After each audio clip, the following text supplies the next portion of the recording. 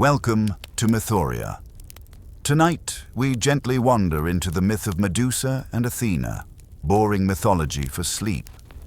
This is not a tale of battles and glory, but a quieter story, one carried through marble halls and shadowed caves, whispered across centuries. You will hear of Medusa not only as the figure of serpents and stone, but as a maiden whose beauty once graced the temple of a goddess. You will feel the silence of exile, the weight of a curse, and the strange power of a gaze that could not be met. And you will listen as Athena's wisdom and wrath leave their mark, shaping a myth that still lingers in our imagination. Let the rhythm be slow, the words like soft waves on a distant shore. Release the day and drift gently into the world where gods and mortals meet in stories older than sleep itself. Now, let us begin. The myth of Medusa and Athena. Myth of Medusa and Athena, the whisper of ancient Greece. You begin in a quiet world of marble temples and soft sea breezes. The myths of the gods float through the air like lullabies, carrying stories of beauty, envy, and fate. Tonight, one story calls to you most gently. The tale of Medusa and Athena. You close your eyes and drift backward, far beyond the ticking of modern clocks, beyond the noise of busy streets.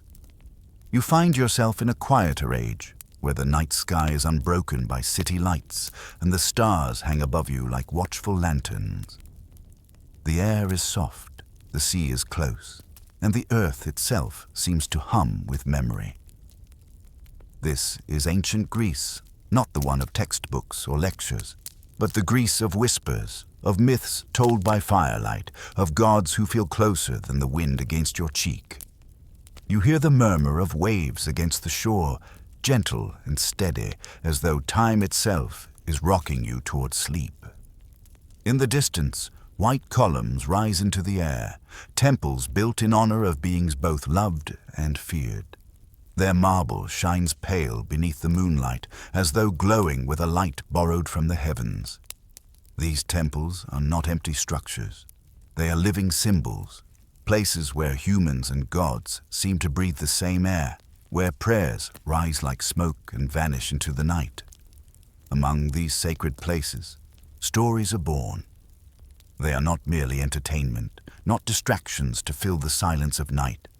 They are explanations, attempts to make sense of the great mysteries, why beauty can cause envy, why fate can be cruel, why the world itself feels both wondrous and dangerous.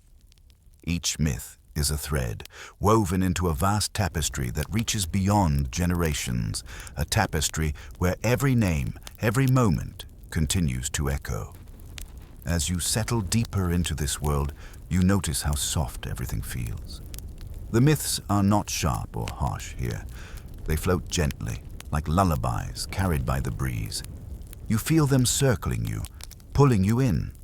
The voices of ancient storytellers guide you with care, speaking slowly, as though they too wish you to rest.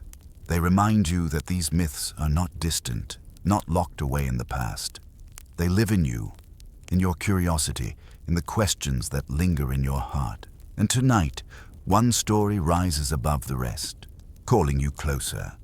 It is not the tale of gods at war, nor the tale of heroes sailing across the seas. No, this is a quieter story, though it carries its own storm within. It is the story of Medusa, a name that you may already know, a name that often arrives with an image of snakes and stone. But before the terror, before the curse, there was another Medusa. To know her, you must first walk slowly into her world. You sense her presence like a candle's glow in the distance, not frightening, not monstrous, but human. A maiden of beauty, a mortal among immortals, her life shaped not by her own choices, but by forces far greater. Her name will one day be spoken with fear, yet now, in this gentle beginning, she is nothing more than a girl with hair that shines in the sunlight, a girl who steps softly within the halls of a goddess's temple. You breathe slowly, and you begin to see her. The story of Medusa is not only about transformation, it is about how beauty becomes burden, how innocence becomes weapon, how silence hides sorrow. It is a tale of the ways gods and mortals cross paths, and how those encounters leave marks deeper than stone. As you listen, you may find yourself asking questions that cannot be answered, questions that drift like leaves on a quiet stream. Was Medusa cursed for what she did, or for what she represented? Was she punished by Athena, or by the cruel balance of the world itself? You may not know the answers, but in asking, you share in the stillness of those who once asked before you. For now, you remain in this opening moment, where the air is soft, the temples glow, and the story waits to unfold. You are safe here, in the hush of history, surrounded by whispers that cradle rather than overwhelm. The myths do not rush. They move at the pace of dreams, slower than the tide, softer than breath.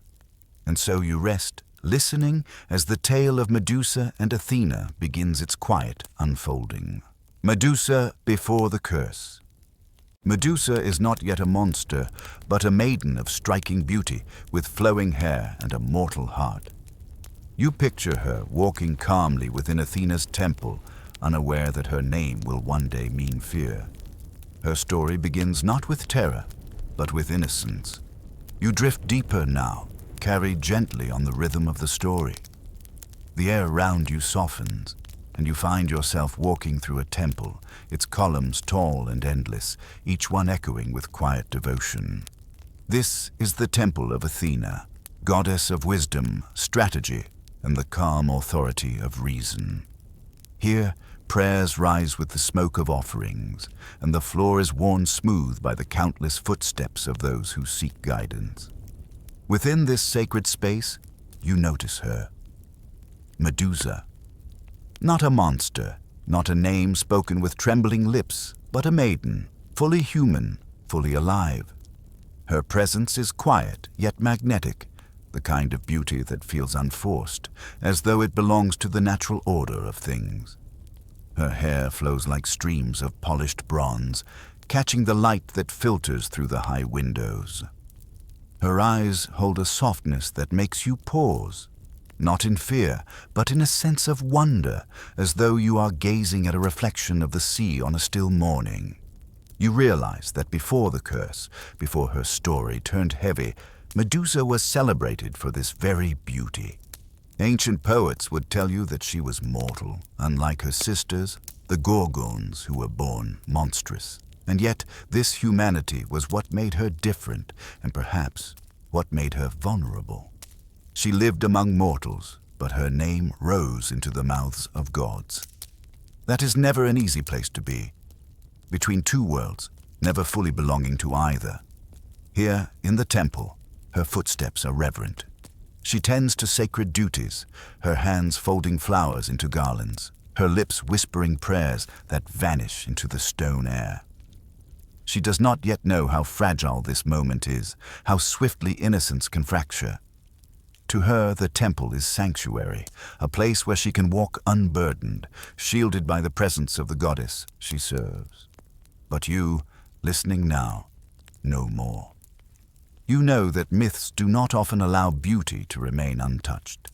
In these stories, beauty is never neutral. It provokes desire, jealousy, even violence. To be beautiful is to be marked, as though the world itself demands a price for such a gift. And Medusa, with her mortal heart and radiant presence, carries this burden silently. You pause with her in this moment, seeing her as she once was, a young woman whose laughter echoed softly in stone halls, whose hair caught the sun like threads of fire, whose steps belonged to devotion rather than exile. She is not yet feared, not yet cursed, not yet the figure etched into shields and warnings. She is only Medusa, alive and unbroken, and as you rest in this fragile peace, you feel a gentle unease stir beneath the surface. The temple that feels protective may soon feel like a cage. The goddess whose wisdom inspires reverence may soon reveal the sharp edge of judgment. You cannot help but wonder, how does innocence so quickly become tragedy? How can a life devoted to piety turn into a tale of punishment? You are left with that question as the shadows lengthen around the temple columns. Medusa lingers there still, unaware of what is to come. She breathes in the quiet of the sanctuary, unaware that her name will one day echo in whispers of fear. For now, she is untouched, her story suspended in this calm before the storm. And as you drift further into the stillness of night, you feel the story drawing you onward. A transformation is approaching. A goddess's wrath waits at the edge, and the innocence of Medusa's world will soon fracture. You close your eyes, holding the image of her as she was, and let the question rest softly in your mind. Can beauty ever remain safe in a world ruled by gods? The wrath of a goddess.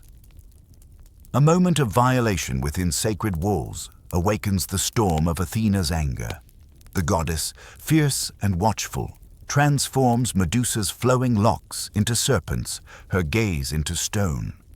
You feel the weight of injustice, the silence of punishment, and wonder whose anger was truly served. The air inside the temple shifts. What once felt like sanctuary now begins to carry a tension, a heaviness that presses against the walls. You can almost hear it. A silence that is no longer peaceful, but waiting, expectant. Medusa moves through this space, unaware that the threads of her life are about to be pulled, woven into a pattern she never chose. The myths tell us of a violation within these sacred walls, a moment that would awaken not compassion, but fury. Some say Poseidon, god of the sea, came into Athena's temple and claimed Medusa in violence. Others whisper different versions, but in every telling, it is Medusa who stands at the center. Medusa whose body becomes the stage for conflict between gods. You pause here, holding that weight, knowing how unfairly myths can turn against the powerless. Athena, goddess of wisdom and war, returns to her temple and sees what has been done. Her sanctuary defiled, her authority challenged, her pride pierced. And though Medusa is the victim, it is she who bears the punishment. The goddess directs her wrath not at Poseidon, not at the violation itself, but at the mortal woman who happened to stand in the path of divine conflict. You breathe slowly, letting the scene unfold. Imagine Medusa standing before the goddess, trembling, confused, perhaps still broken from what has happened.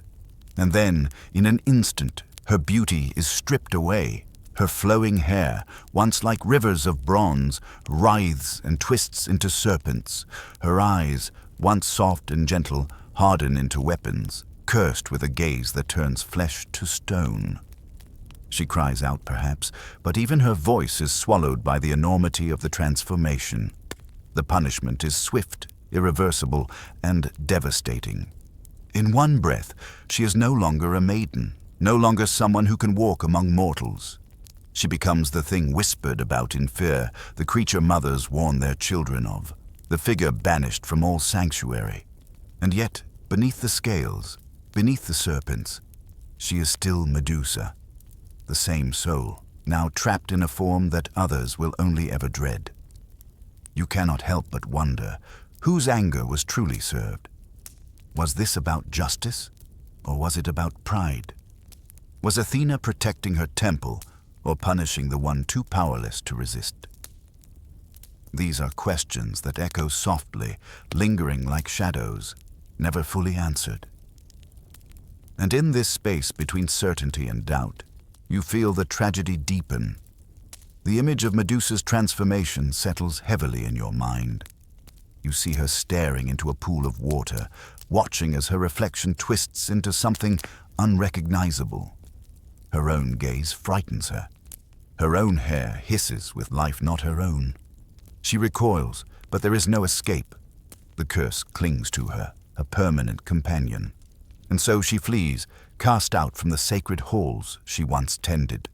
Her footsteps, once light and reverent, are now heavy, echoing in caves and wastelands where no one dares to follow.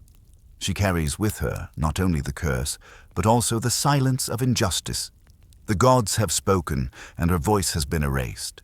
As you drift with her into exile, you feel the loneliness that surrounds her, the isolation that grows wider with every step.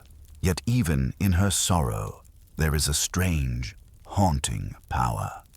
The very thing meant to shame her becomes the force that will shape her story forever. You rest in that thought, the rhythm of it slowing your breath. The wrath of a goddess has changed Medusa's fate, and the world around her will never see her the same again. And you are left to wonder, softly, gently, when gods punish, do they truly deliver justice, or only remind mortals of their fragility? The gaze that turns to stone.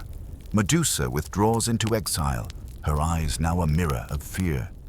Alone in shadowed lands, she carries the curse like an unending night.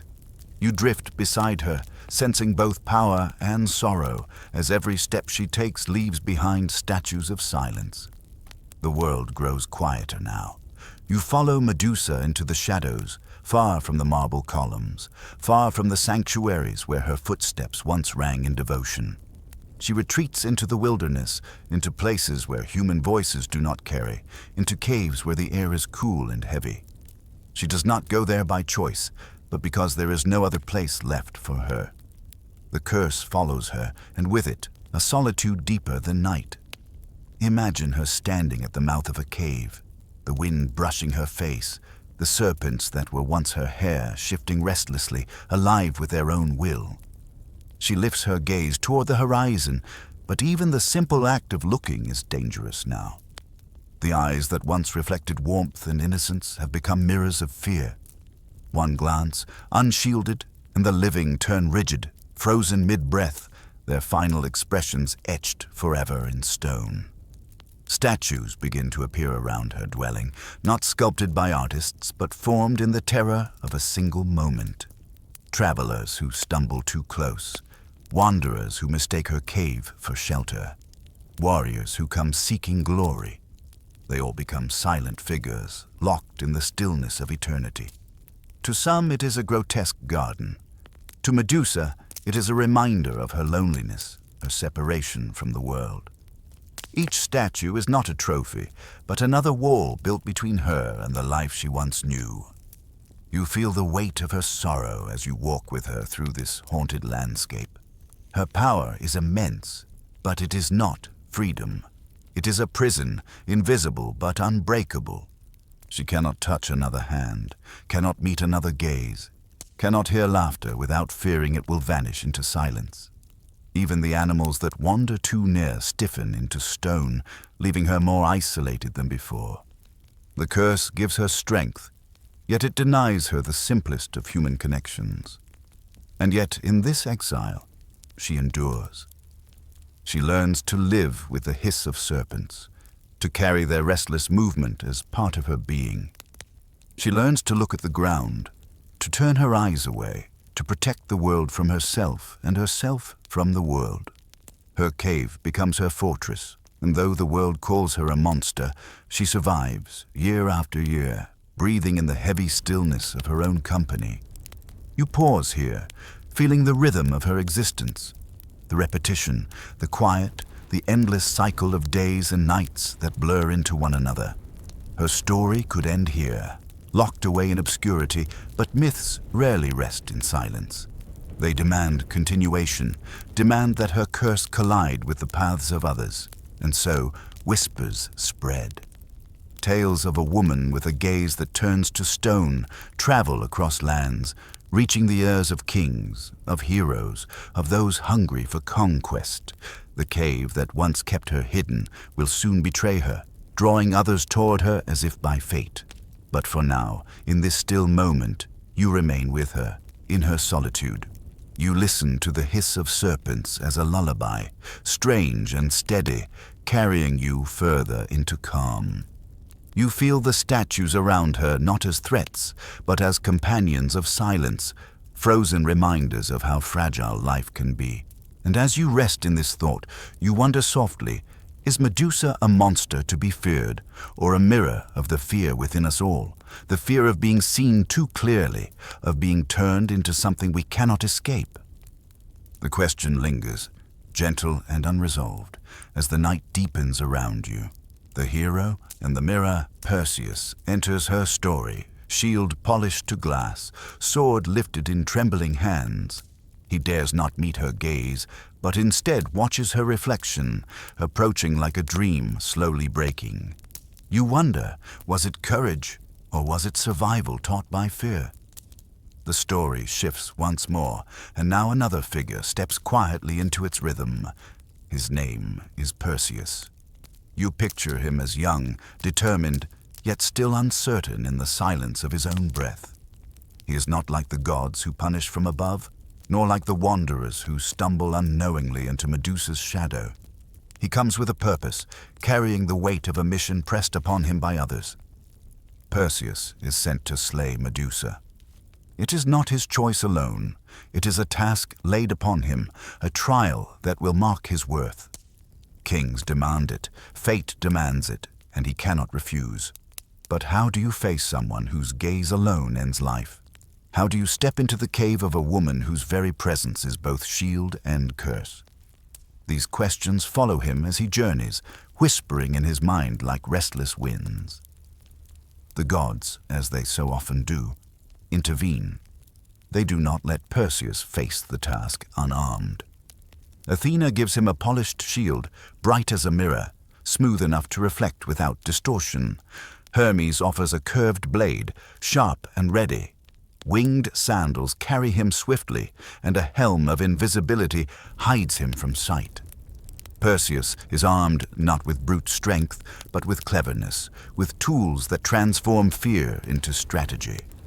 You imagine him standing at the edge of Medusa's cave. The air is heavy, filled with silence and the faint hiss of serpents stirring within. Around him lie the remnants of others who came before, their bodies stilled into stone, their faces frozen in surprise, in terror, in resignation. It is a haunting gallery, and Perseus must walk through it carefully, each step echoing against the cave walls. But he does not look directly. His eyes never meet the darkness ahead.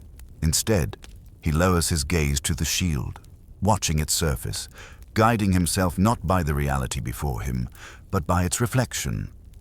It is as though he moves through a dream, the cave and its statues bending into the curved surface of the polished bronze.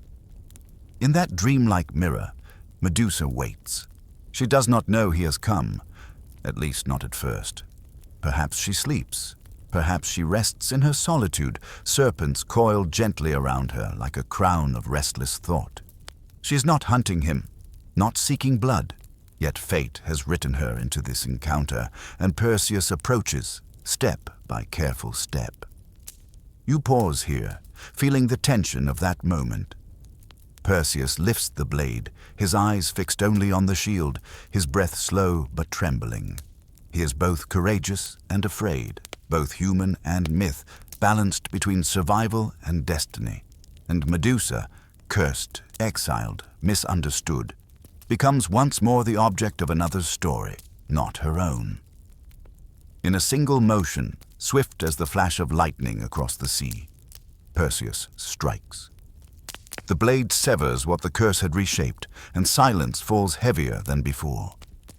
Medusa's head, still crowned with serpents, becomes both weapon and relic.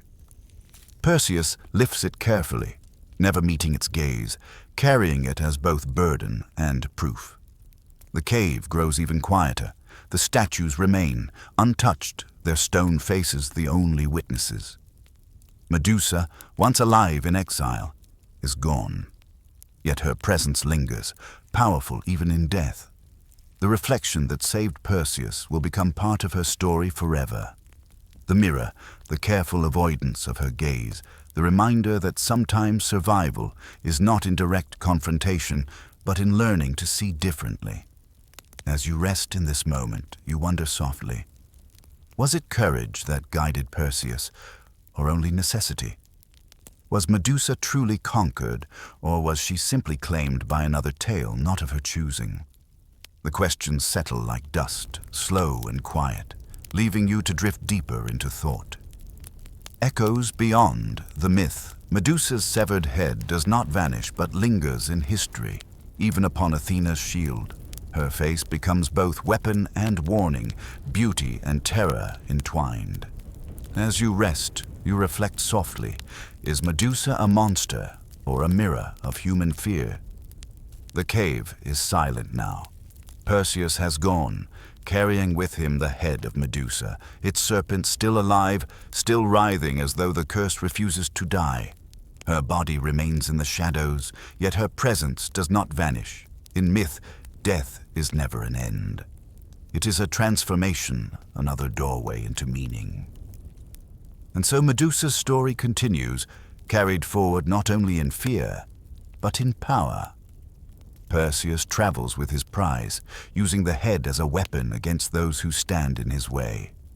Kings who once mocked him turn to stone. Monsters crumble beneath the gaze that once belonged to a woman in exile. Medusa's face, cursed by Athena, now becomes the tool by which heroes succeed and rulers maintain control. Her power, once a burden, is no longer hers. It is wielded by others, detached from the woman who bore its pain. In time, Perseus offers the head to Athena herself. The goddess accepts it, placing it upon her shield, the aegis, that gleaming circle of protection. There, Medusa's image remains, not as a woman, not as a victim, not even as a monster, but as a symbol. A face turned outward, warning enemies to step back, radiating the terror that keeps danger at bay. Her story, stripped of her voice, becomes an emblem of divine strength. You pause here, letting that image settle in your mind. The head of Medusa, fixed forever upon the shield of the goddess who once punished her. A strange circle of fate. From innocence to curse, to exile, to death, and finally to a place among the most powerful symbols of protection. And yet, you cannot help but feel the echo of her humanity beneath it all. Was she ever seen for who she was, or only for what she represented? Myths rarely answer such questions. They move like rivers, carrying pieces of truth, pieces of warning, pieces of memory. But when you sit with them quietly, as you do now, you begin to hear the softer echoes, the parts that linger beneath the noise of gods and heroes. You hear the story of a young woman punished not for her crimes, but for being caught in the storms of those more powerful. You hear the loneliness of exile, the sorrow of being feared, the silence of never being understood. And in these echoes, Medusa transforms again. Not into stone, not into a weapon, but into a mirror. A mirror that reflects back to us the ways beauty can be burden, the ways injustice can shape lives, the ways stories can silence those who cannot speak for themselves. To some, she's a monster. To others, she is a victim. But to you, listening in this quiet hour, she may be something else. A reminder that beneath every myth lies a beating heart, fragile and human.